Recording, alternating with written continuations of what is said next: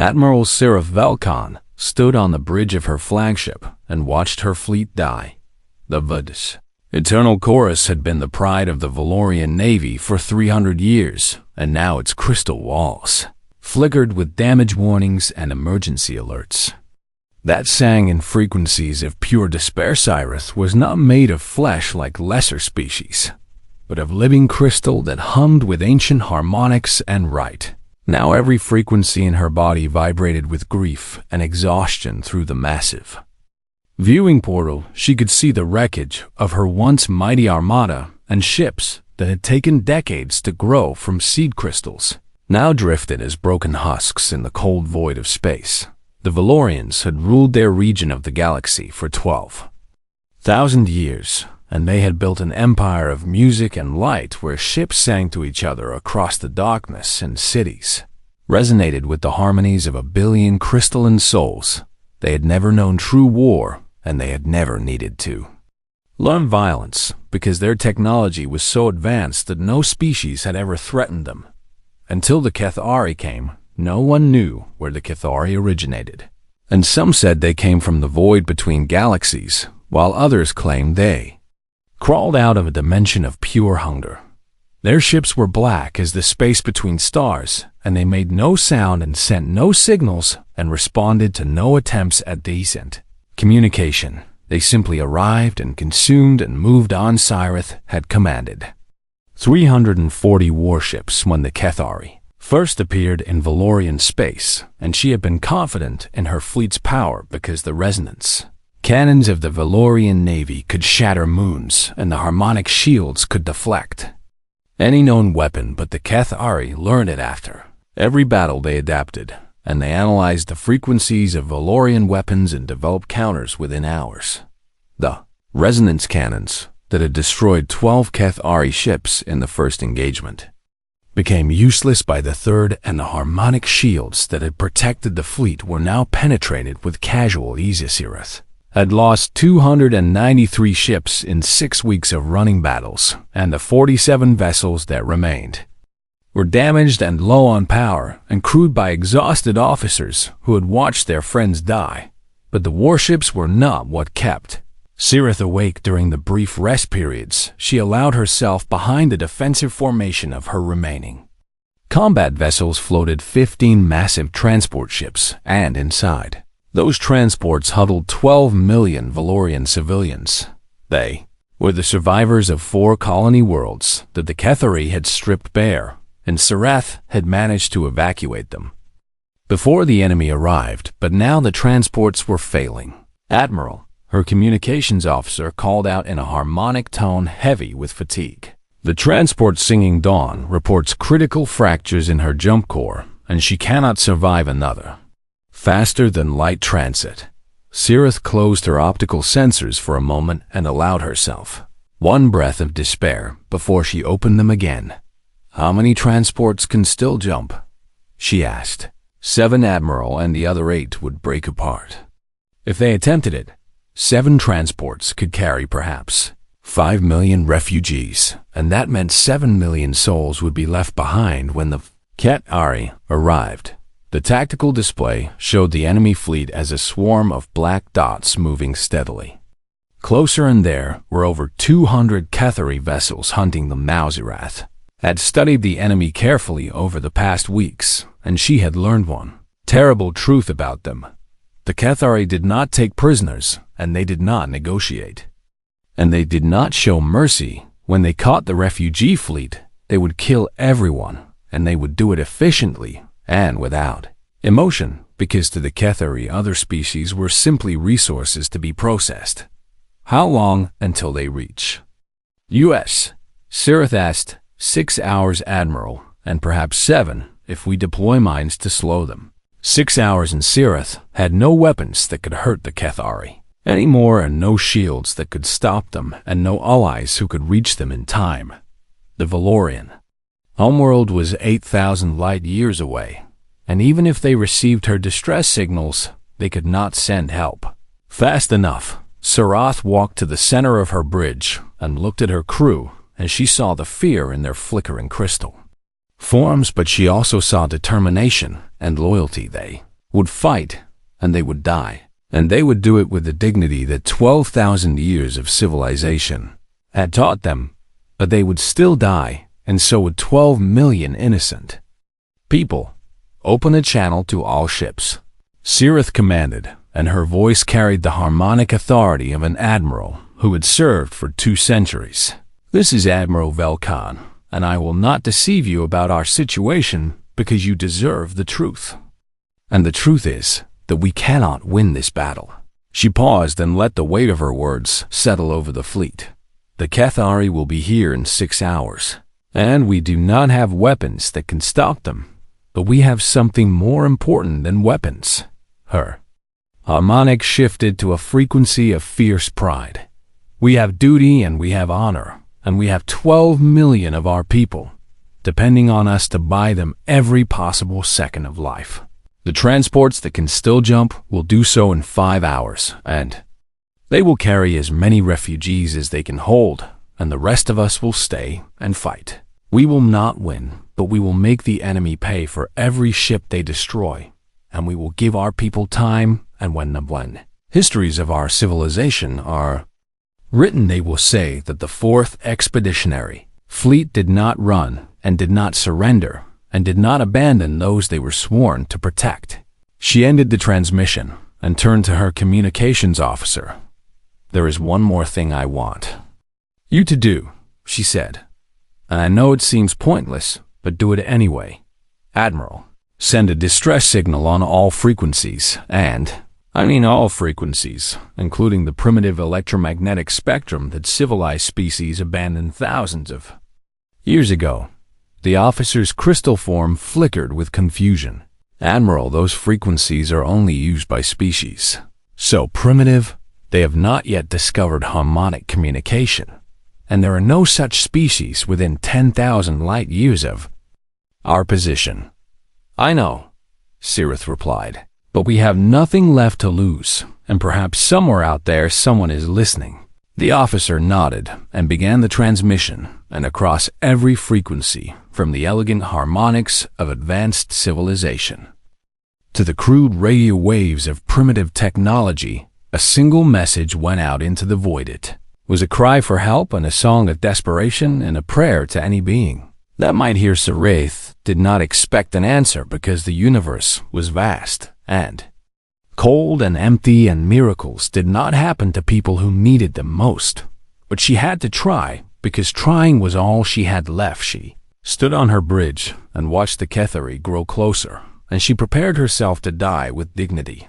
She did not know that 12,000 light years away in a region of space, the Valorian charts marked as unexplored, a small fleet of primitive ships had just detected her signal. She did not know that those ships belonged to a species that had never been contacted by the galactic community because they were considered too young and too violent and too dangerous to approach. She did not know that this species had a very simple philosophy when it came to distress signals. They answered them every single time, no matter the cost. Admiral Cirith Volcan did not know that humanity was coming, but humanity was coming anyway. 3 hours after Admiral Cirith sent her desperate message into the void, the impossible happened. Her communications officer made a sound that Cirith had never heard from a Valorian before, and it was a harmonic of pure shock mixed with disbelief. Admiral, the officer said, we are receiving a response. Cirith turned sharply, and her crystal form caught the dim light of the damaged bridge. From where, she demanded, the nearest Valorian outpost is weeks away at maximum speed. It is not from a Valorian source, Admiral, the officer replied, and his harmonics trembled with confusion. The signal is coming from a vessel approximately 4 light hours from our position, and it is responding on the electromagnetic spectrum. That is impossible, Cirith said. There are no civilized species in this region of space. The signal is not from a civilized species, Admiral. The officer paused as if struggling to process what his instruments were telling him, at least not according to our databases, and there is no record of these beings anywhere in our files. Sirith moved to the communication station and examined the data herself, and what she saw made no sense. The signal was crude and filled with static, and it used compression methods that Valorian children learn to surpass in their first year of education. But it was definitely a response to her distress call. "Can you translate it?" Sirith asked. "The translation matrices are struggling, Admiral, but I believe I can produce a rough interpretation." The officer worked his station, and after a moment a voice filled the bridge. It was harsh and strange, and nothing like the musical tones of civilized communication, and the words came through choppy and broken, but understandable. "Unidentified fleet this is Captain Elena Vasquez of the Terran Union vessel Stubborn Defiance, and we received your distress signal, and what is your current situation?" Sirith stared at the communications display as if it had suddenly grown teeth. "Terran," she said slowly. "I have never heard this word, and who are these beings?" "Unknown, Admiral, and our databases contain no information on any species called Terrans or any political entity called the Terran Union. This should not be possible," and Sirith knew the Galactic databases contained information on every spacefaring species within 50,000 light years, and yet here was a vessel crewed by complete unknowns responding to a distress call in the middle of nowhere. "Open a channel," Sirith commanded. "Channel. Open, Admiral. This is Admiral Sirith Velkan of the Valorian 4th Expeditionary Fleet, and I thank you for responding to our signal, but I must ask how you came to be in this region of space, because our charts show no inhabited systems within 12,000 light years." There was a pause, and then the strange, harsh voice returned. "We were exploring, Admiral, and humanity likes to know what is out there, so we send ships to look around, and we heard someone calling for help, so we came to see if we could do something useful." Sirith exchanged confused glances with her officers. "You came 12,000 light years from your territory simply to explore?" she asked. "Actually, we came about 15,000 light years, but who was counting?" The voice replied, and there was something in the tone that might have been humor. "Now, Admiral, your signal mentioned you were under attack, and I need to know what we are dealing with here." Sirith felt a strange mix of hope and concern, because this unknown vessel had no idea what it was flying into. The enemy is called the Kethari, and they have 200 warships pursuing us, and they adapt to any weapon used against them within hours, and we have lost over 200 vessels attempting to fight them. She paused and forced herself to continue. "I appreciate your willingness to help, but you should leave this area immediately, because your single vessel cannot possibly make a difference, and you will only add to the death toll." There was another pause, and when the voice returned, it carried a tone that Sirith did not recognize at first. It took her a moment to realize it was confidence. "Admiral, I am not alone, and the rest of my fleet is about 4 hours behind me, and we have 32 ships in total." 32 ships, Sirith replied, and she could not keep the despair from her harmonics. "The Kethari have 200, and your fleet will be destroyed, alongside mine." "Maybe," the voice said, "but we have dealt with bad odds before, and we did not come all this way to run away from a fight." "You do not understand," Sirith insisted. "The Kethari adapt to energy weapons, and they learn and evolve, and nothing we have used against them works anymore."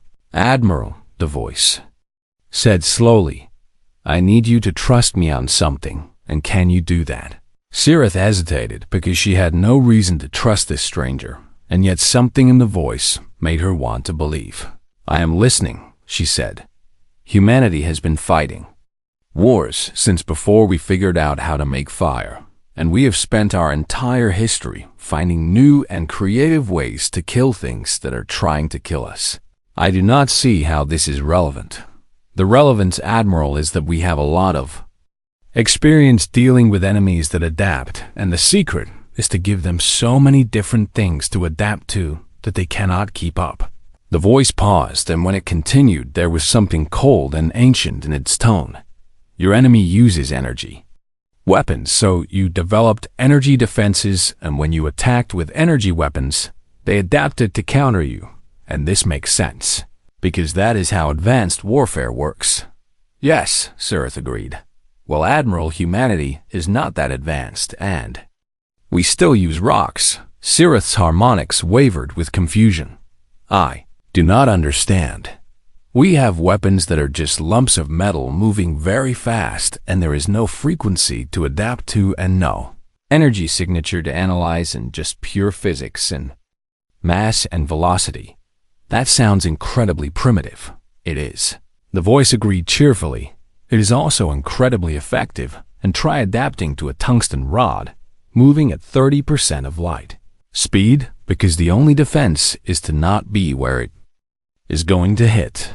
Sirith stood in silence as she processed this information, and part of her wanted to dismiss these strangers as fools who did not understand what they were facing, but another part of her remembered that her sophisticated weapons had failed completely, and perhaps there was wisdom in simplicity. I would like to see your vessel, Sirith said finally, and I would like to meet you in person if possible. That can be arranged, Admiral, and I will shuttle over to your ship within the hour and we can discuss strategy. I must warn you, the Valorians are quite different from what you might expect, Admiral. The voice replied, and there was definitely humor in it now. I'm about to fly into a battle against an enemy that has wiped out most of your fleet, and meeting new species is literally the least scary thing I will do today. The channel closed and Sirith turned to her officers. What do we know about electromagnetic spectrum civilizations? She asked. Very little, Admiral. Her science officer replied, species that rely on such primitive communication methods are generally considered too undeveloped for contact, and we avoid them until they mature. And yet these Terrans have faster than light travel, and they patrol regions of space that we considered empty. It is possible, Admiral, that we have made some incorrect assumptions about what constitutes development. 1 hour later, a small shuttle detached from a vessel that Sirith could now see on her sensors, and the ship called Stubborn Defiance was ugly and brutal, and covered with weapons that looked crude and dangerous. The shuttle landed in the Eternal Chorus docking bay, and when the doors opened, Admiral Sirith got her first look at a human being. The creature was small and soft, and had no crystalline structure at all, and it walked on 2 legs with a strange, confident stride, and its face was mobile and expressive in ways that Sirith found almost disturbing. Admiral Velkan, the human said, and it extended one of its manipulator limbs toward her. I am Captain Elena Vasquez, and I am very pleased to meet you. Sirith looked at the extended limb and then at the human's face. What am I supposed to do with your limb? She asked the human. Made a sound that Sirith would later learn was called laughter. It is called a handshake, Admiral, and it is how humans greet each other, but we can skip it if you prefer. I believe I would prefer to skip it, yes. Fair enough, the human said and lowered her limb. Now let us talk about how we are going to save your people. And despite everything, Sirith felt something she had not felt in weeks. She felt hope. Captain Elena Vasquez walked through the crystalline corridors of the Eternal Chorus, and she studied everything with the sharp eyes of a soldier who had learned that details could save your life.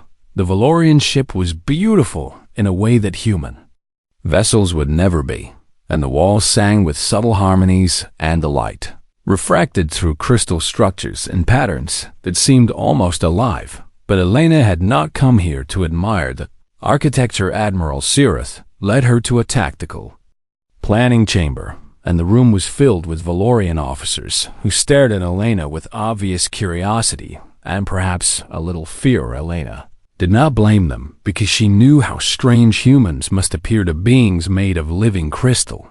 This is our situation, Sirith said, and she activated a holographic display that showed the positions of both fleets. The Podestable. Valorian ships were clustered in a defensive formation around the civilian transports, and they looked battered and broken and tired. The Cathari fleet was a spreading stain of black dots moving steadily closer. We have 47 combat vessels remaining. Sirith continued, and only 31 are fully operational, and our weapons are ineffective against the enemy due to their FIO. Adaptive capabilities.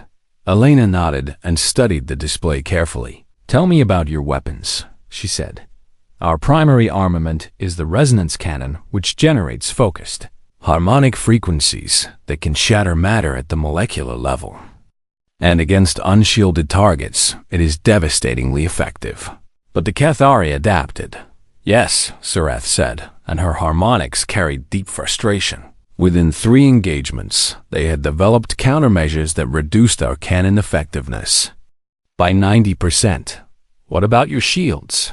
Our harmonic shields project a frequency barrier that disrupts incoming energy weapons, Sirith explained.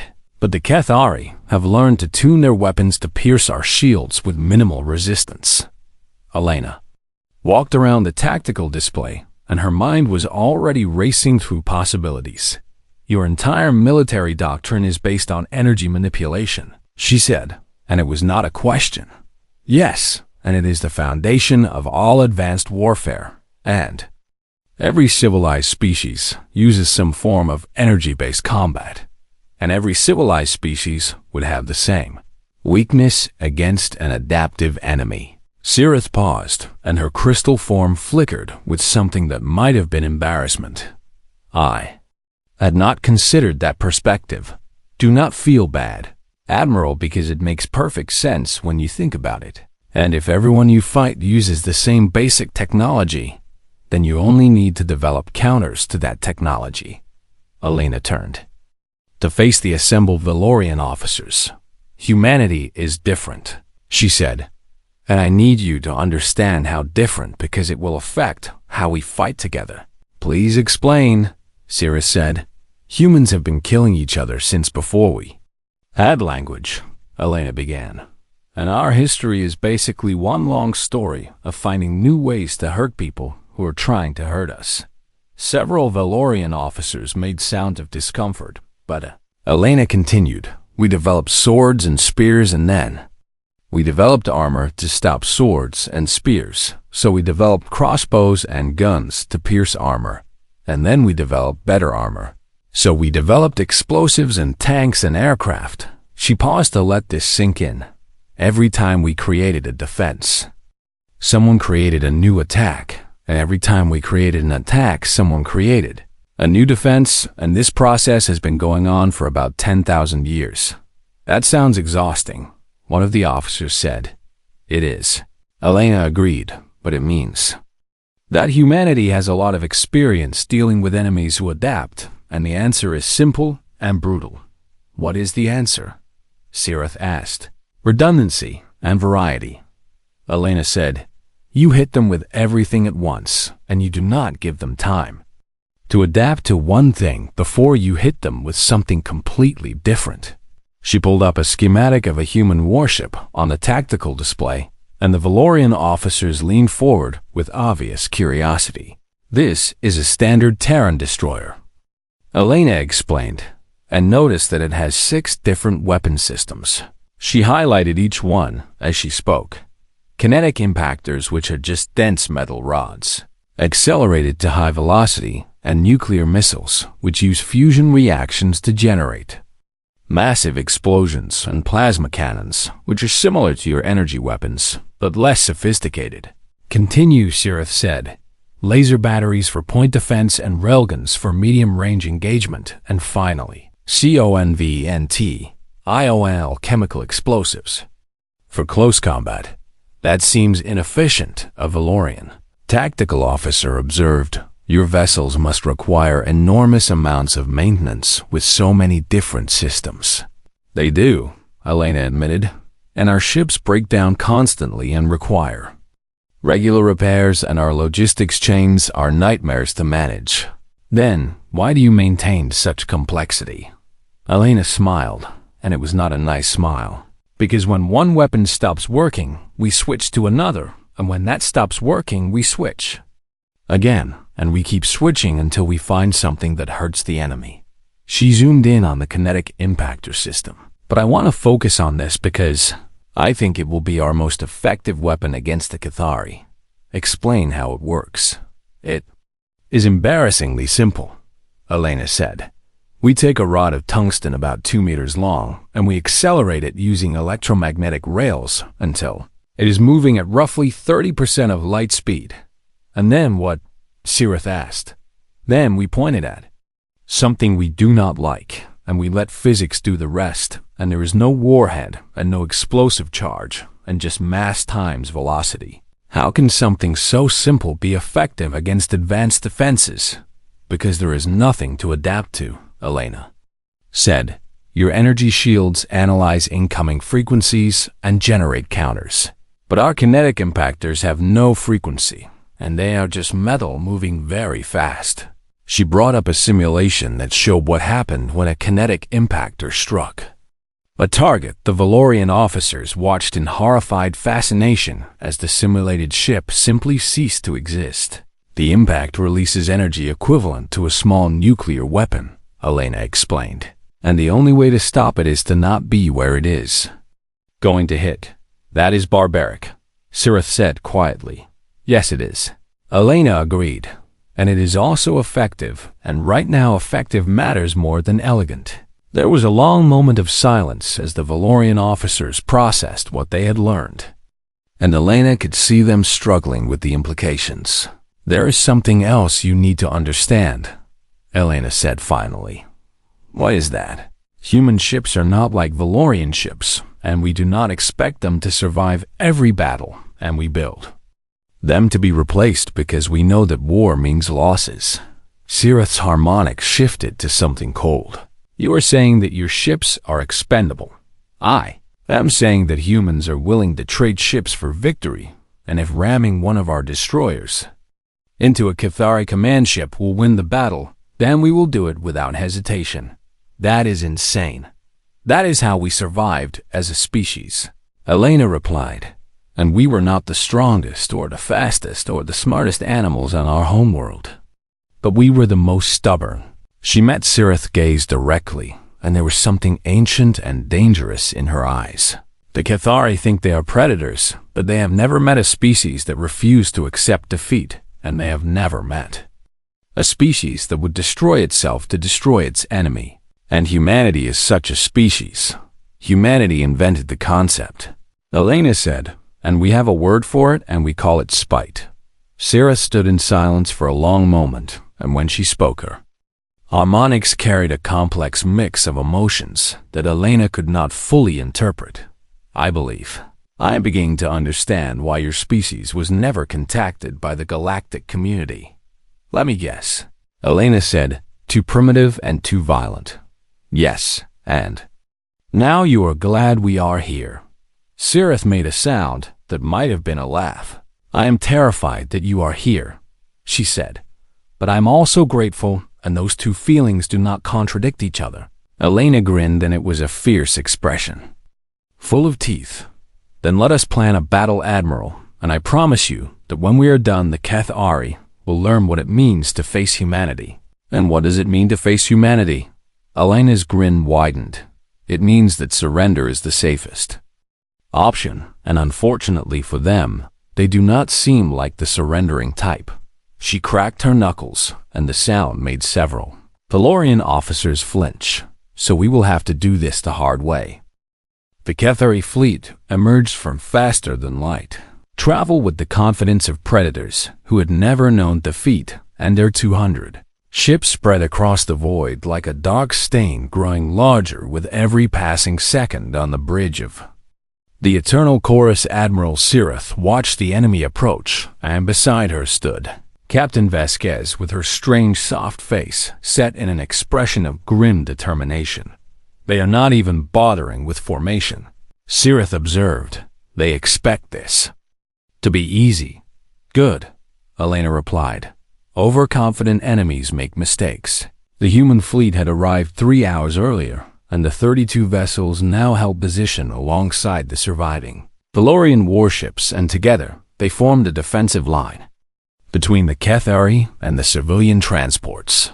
Human ships were ugly and brutal compared to the elegant crystal vessels of the Valorians, and they bristled with weapons and sensor arrays, and their hulls were thick and scarred from previous battles, but they were here, and they had come to fight, and that was what mattered. All ships report ready. Elena's communications officer announced through the link to the stubborn Defiance. The fleet is awaiting your orders, Captain. Elena looked at Sirith. Admiral, this is your sector and your people, and I think you should give the order. Sirith's harmonic shifted with surprise. You would defer to me. You have been fighting these things for weeks, and you know them better than we do, and besides, this is a joint operation, and we should act like it. Sirith nodded slowly and opened the channel to both fleets. All ships, this is Admiral Velkan, and the enemy is approaching, and we have 12 million civilians depending on us to hold this line. She paused and looked at Elena, who nodded encouragingly. Today we fight alongside a species called humanity, and they have come a very long way to help us, and I ask all Valorian crews to follow their lead and trust their tactics. The Cathari have never faced an enemy like the humans, and today they will learn that the universe is larger and more dangerous than they ever imagined. She straightened her crystal form, and her harmonics rang with fierce determination. All ships engage at will, and may the harmonies guide us. The Cathari fleet accelerated toward the defensive line, and the lead ships opened fire with weapons that flickered with dark energy, and the shots tore through the void with terrible speed. Several Valorian ships raised their harmonic shields, but the Cathari weapons sliced through them as if they were not there. Human fleet, Elena commanded, weapons free, and give them everything. The stubborn Defiance shuddered as its kinetic impactors fired, and tungsten rods streaked across the void at speeds that made them nearly invisible. The first Cathari destroyer took 17 impacts in 3 seconds, and its adaptive shields, which had been designed to counter sophisticated energy matrices, offered no resistance whatsoever to simple metal moving at relativistic speeds.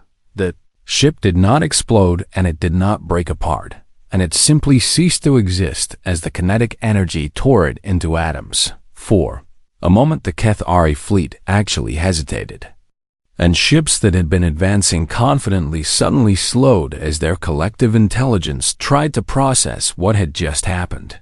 Did you see that? One of Sirith's officers called out.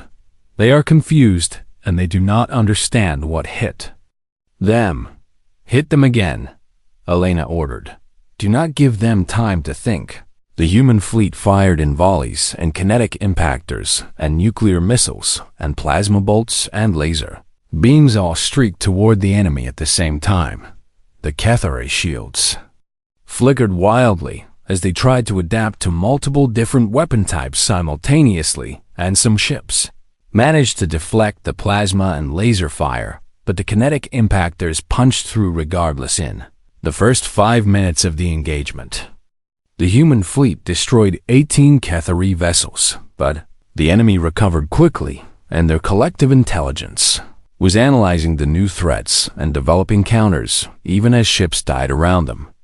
They're starting to evade, Sirith observed. They are learning to predict the kinetic impactor trajectories. Expected, Elena replied. Switch to pattern delta and randomize firing sequences. The human ships adjusted their tactics, and instead of firing in predictable volleys, they began launching weapons at irregular intervals and from multiple angles. At the same time, the Valorian ships added their own firepower, and even though their resonance cannons were mostly ineffective, the additional attacks forced the Cathari to divide their attention. A group of 30 Cathari ships broke away from the main fleet and curved around the defensive line, and they were heading for the civilian transports. We have a breakthrough, a Valorian officer shouted. Enemy vessels are moving toward the refugees.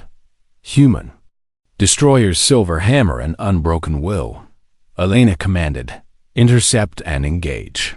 2 human ships peeled away from the formation and accelerated toward the enemy flankers, and they were outnumbered 15-1, but they did not hesitate. The Silver Hammer plunged into the middle of the Cathari formation, and her weapons fired continuously and nuclear missiles detonated among the enemy ships, while kinetic impactors tore holes in their hulls.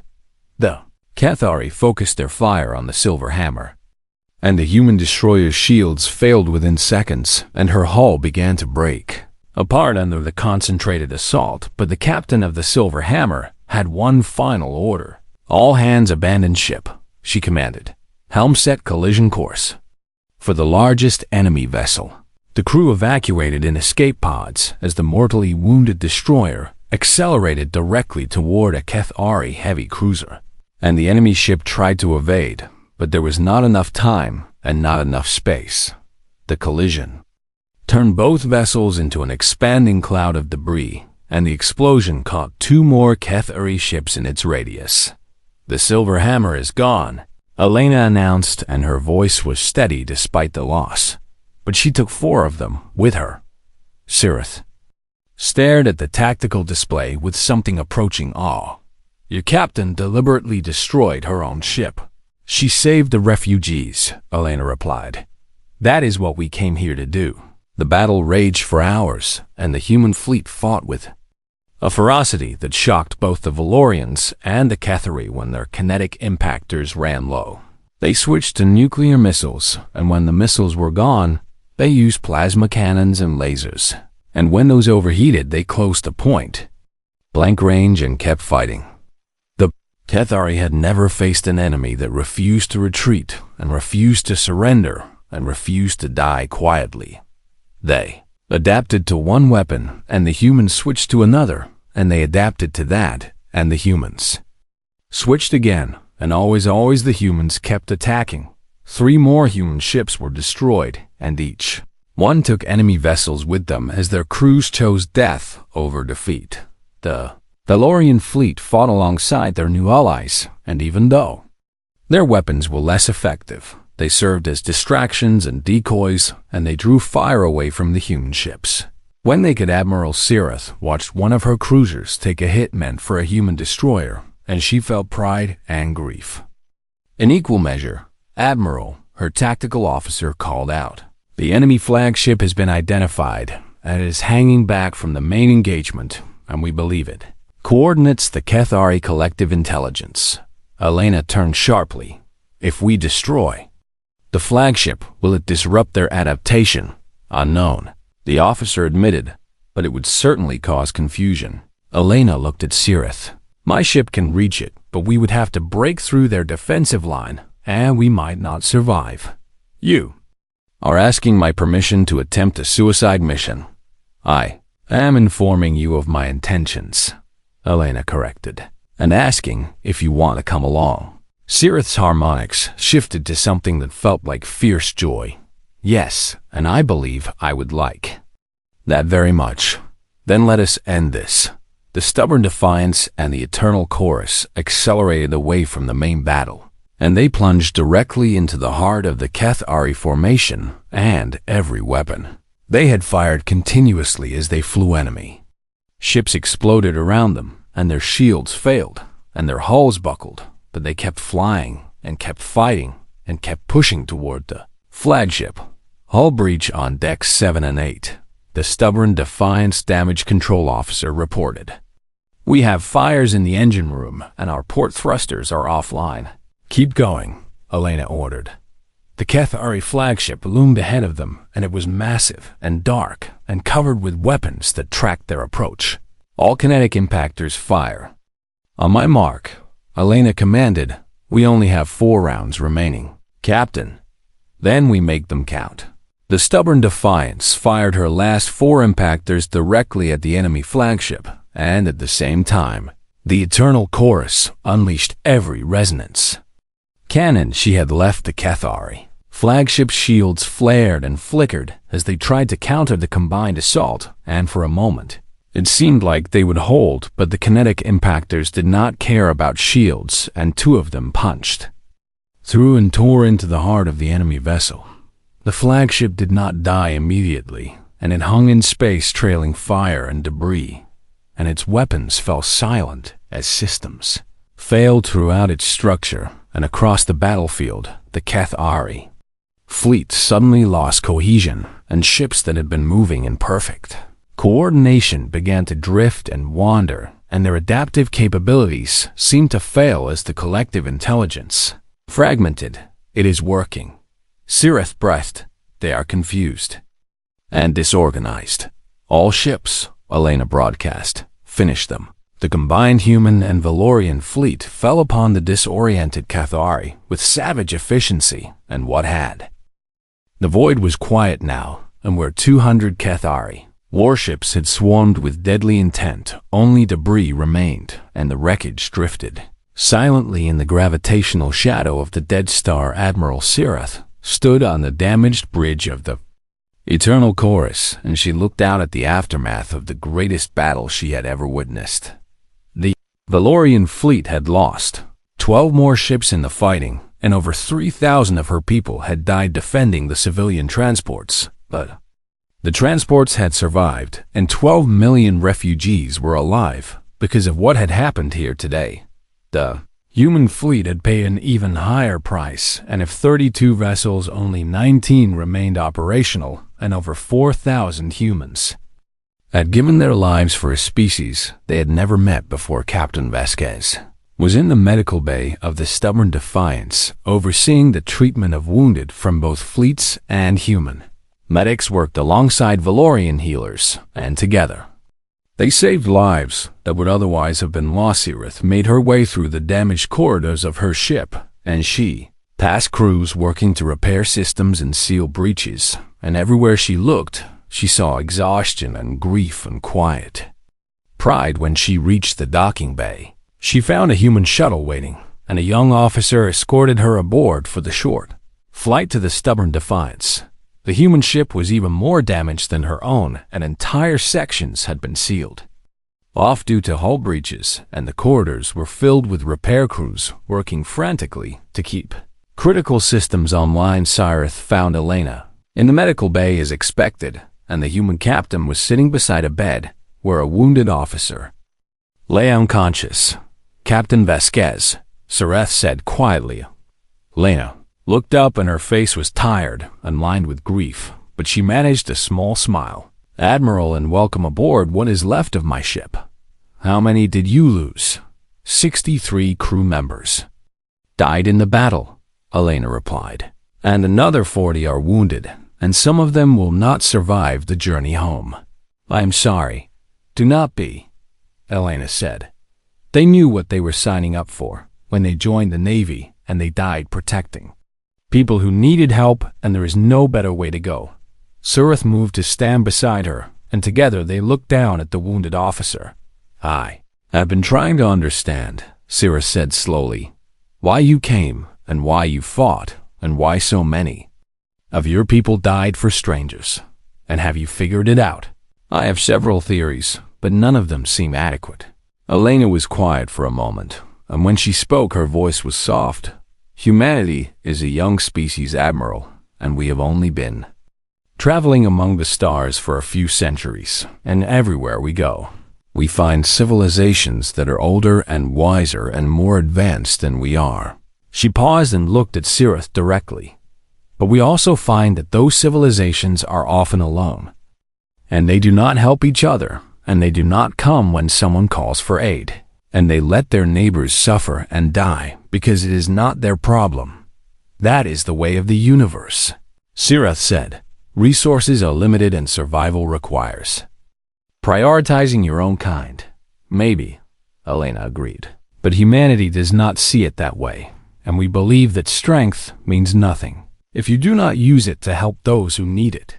She stood and walked to a viewing port, and through it they could see the refugee transports being escorted to safety by the combined fleet.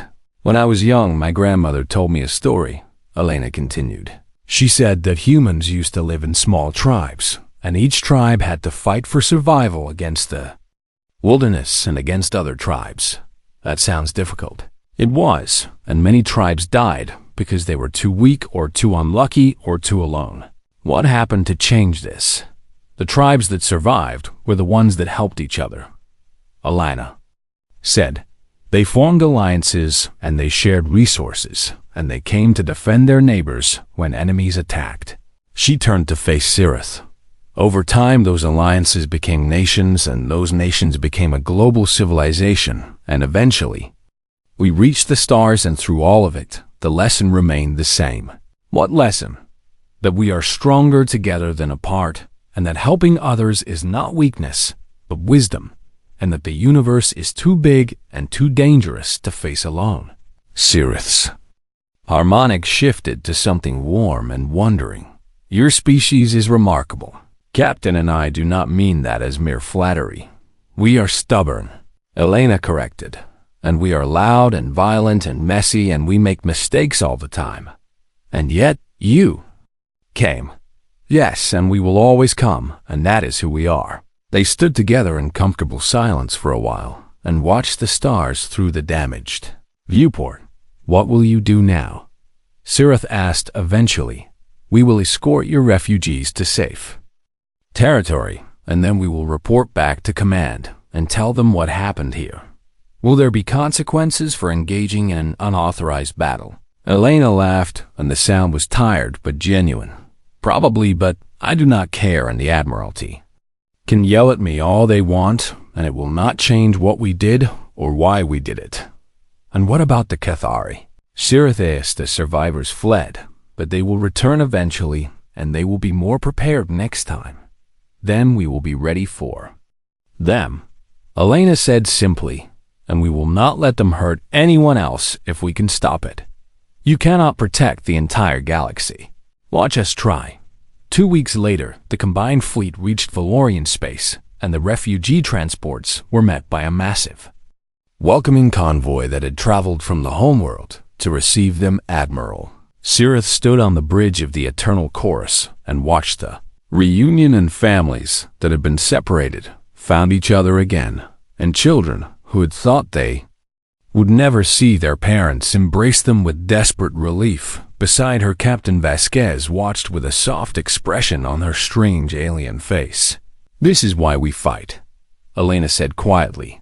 Not for glory or territory or power, but for this, and for moments when people get to hold the ones they love again. Sirith's harmonics rang with deep emotion.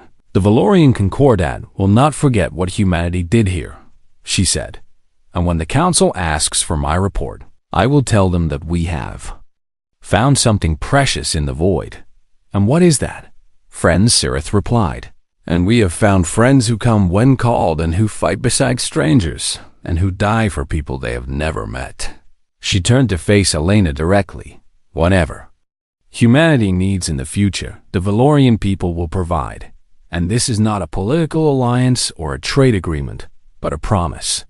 Elena extended her hand again, and this time, Sirith understood the gesture, and she reached out with her own crystalline limb and grasped the human's soft fingers. Partners, Elena said. Partners, Sirith agreed as the human fleet prepared to depart. Sirith composed a message to the Valorian High Council, and it contained her official report and her tactical analysis and her recommendations for future contact with humanity. But it also contained a personal note that she asked to be distributed throughout Valorian space. It reads simply, we have discovered a new species called humanity, and they are primitive by our standards and violent by any measure, and they frighten me in ways I cannot fully express. But they are also the most loyal and courageous beings I have ever encountered, and they came to help us when no one else would, and they died for us without hesitation or regret. The galaxy should know that humanity has arrived, and they have chosen to be protectors rather than conquerors, and helpers rather than exploiters.